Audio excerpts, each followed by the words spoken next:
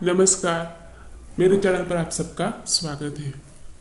तो बच्चों, आज हम दूसरी इकाई में जीवन यह कविता पढ़ने वाले हैं।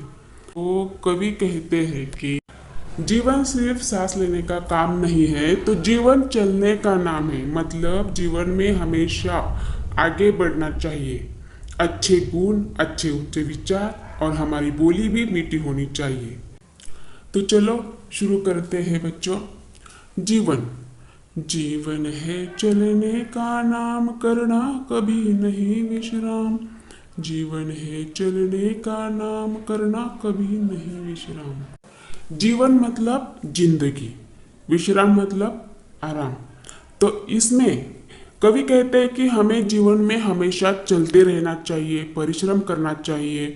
हमें जीवन में सिर्फ आराम नहीं करना, बल्कि काम, मेहनत करते रहना चाहिए। हमेशा हमें मेहनत करनी चाहिए, तभी आप जीवन में कुछ बन सकते हैं और आगे बढ़ सकते हैं। आगे देखिए, घड़ी सदा टिक टिक करती, रुकने का नहीं लेती नाम। घड़ी सदा टिक टिक करती, रुकने का नहीं लेती नाम। इसका अर्थ है घड़ी हमेशा आगे बढ़ती है, कभी भी रुकती नहीं है। उसी तरह हमें भी जीवन में घड़ी की तरह चलते ही रहना चाहिए, रुकना नहीं है। हमें घड़ी की तरह हमेशा आगे बढ़ना चाहिए। घड़ी नुमा सब आगे बढ़ना, सूरज सा नित ऊपर उठना। इसका मतलब है घड़ी जैसा हमें हमेशा आगे बढ़ते रहना चाहिए। और सूरज सा नित ऊपर उठना मतलब जैसे सूरज ऊपर ही उठता है हमेशा, उसी तरह हमें सूरज जैसा ऊपर उठना। कण में अपनत्व देखकर सबको दिल से करो प्रणाम। अपनत्व मतलब अपनापन, मतलब हमें किसी को भी पराया नहीं मानना, बल्कि अपना ही मानना चाहिए।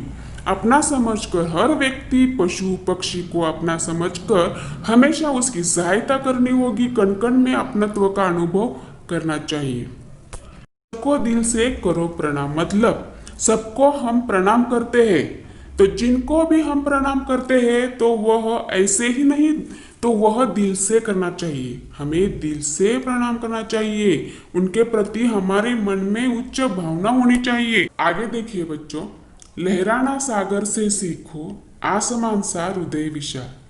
आसमान मतलब आकाश, विशाल मतलब बड़ा। लहराना हमें सागर से सीखना है। आसमान सा हृदय विशाल मतलब आसमान बहुत बड़ा होता है। उसी तरह हमें अपना हृदय, हमारा मन भी आसमान जैसा बड़ा करना चाहिए। जैसे किसी को भी हमें माफ करना चाहिए, किसी की भी मदद करनी चाहिए।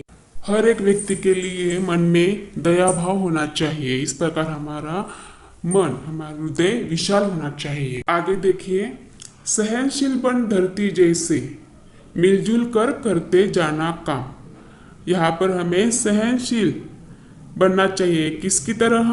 धरती की तरह। जैसे धरती सब कुछ सहन करती है, भूकंप, बारिश, बाढ़ सहन करती ही रहती है, उसी तरह हमें भी धरती जैसे सब कुछ सहन करना चाहिए और आगे बढ़ते रहना चाहिए।